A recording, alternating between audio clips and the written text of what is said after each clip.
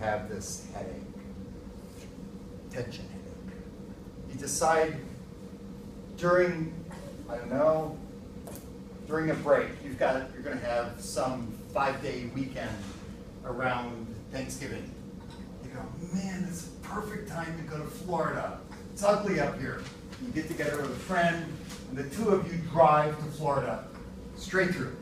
Okay, no breaks, no stopping. Loud music, lots of caffeine, maybe some dope. You make it all the way! Bang! You get down there, you've got, I've driven to Florida before, I know all about caffeine. So you get down there, you got this neck that can't work left, can't work right, can't work up, can't work down. You had a great time in Florida. Yeah. Tension headaches are due to muscle spasms that stimulate pain receptors. So, sinus headaches. I forgot about that. Anybody ever have sinus headache? This is another one that's, some of you have had all of them. Okay, good. Yeah. Now, oh, I love it. You know, I used to ask if somebody's never had a headache, but I've learned everybody in class will then immediately hate that person, so I don't ask that question anymore. Sinus headaches. Why do you have sinus headaches?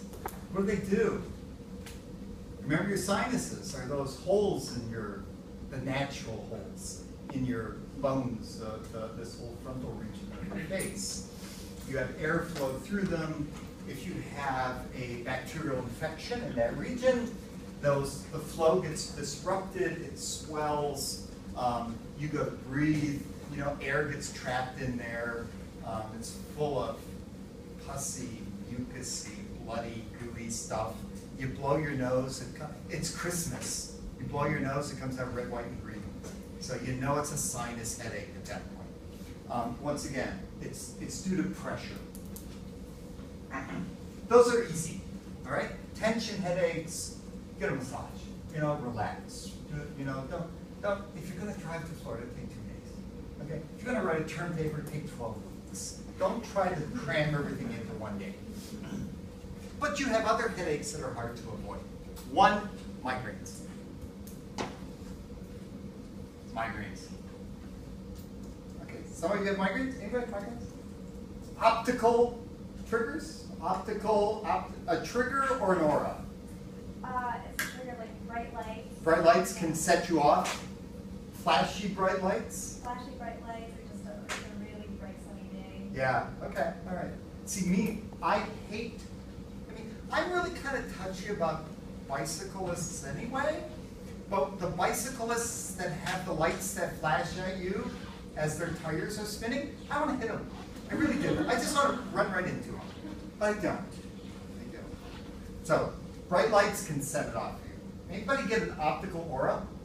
So, optical auras are really, no optical auras in here? Really? Cool. You're all going to live long. I get optical auras, which I didn't get with this latest migraine. I just, I went from being okay to having the headache where I thought somebody maybe had hit me in the head with a baseball bat or something. Also, when you get a migraine, any of you have this happen? When you get a migraine, your head feels like it's right here. You feel like you can touch your head way before you actually can. Visual distortions? Auditory distortion? Nobody? Ooh, you guys have pretty okay migraines. Yeah. I want to tell you about auras. Auras are weird. For some people, it's a ring of light. For other people, it's flashes of light. Mine are the auras of a true biologist who worked in the reproductive sciences. Mine, I have an explosion right here of sperm that are black, surrounded by bright white lights, swimming backwards. It's like, it just shoot out from here and then wiggle away, and it's like, whoa, it would be really entertaining. Back in the 60s, I would have enjoyed it, but right now, it's like, oh my goodness. Yeah. Migraines. Optical auras are a little bit disturbing. The more I've learned about them, the more disturbing I find them. Usually that means you've got some anomaly in the circle of Willis. So I have some anomaly in my circle of Willis. and I have no idea what it is, and I'm okay with that. Migraines have to do with the blood vessels stretching inappropriately. How many of you have never had a migraine?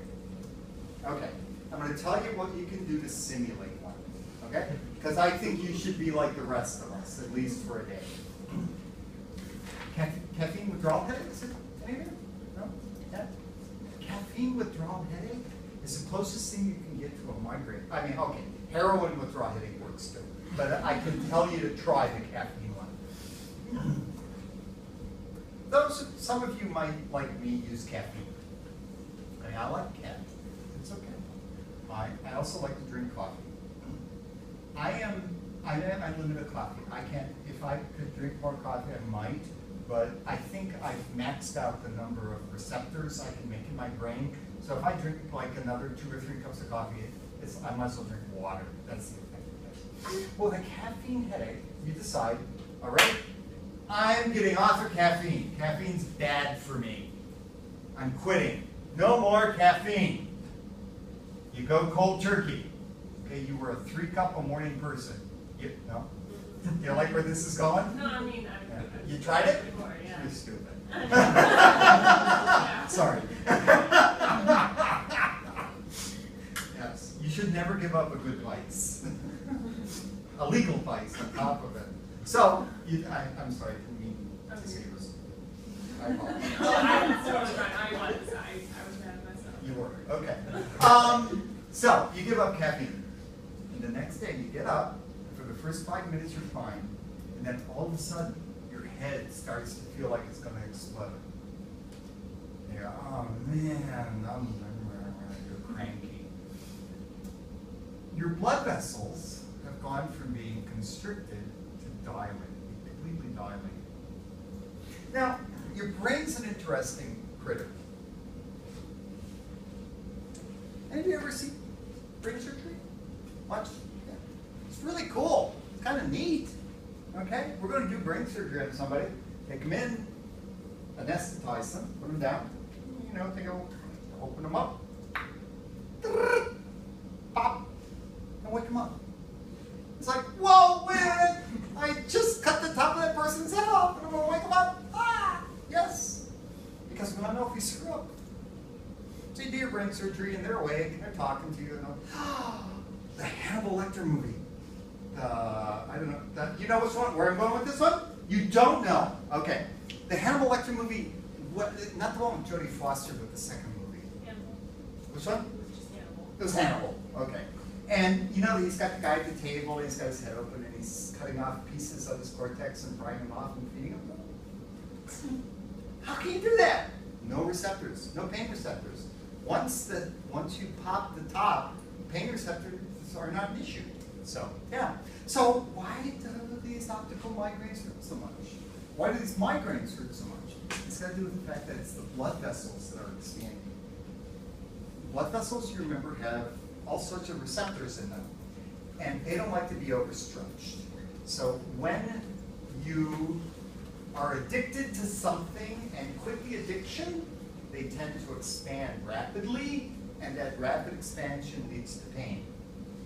So we all hear about people who are addicted to heroin or other things going cold turkey, and they're in amazing pain, and a lot of that pain is the result of blood vessel expansion, as well as other issues with heroin. Heroin's a little worse for you than caffeine.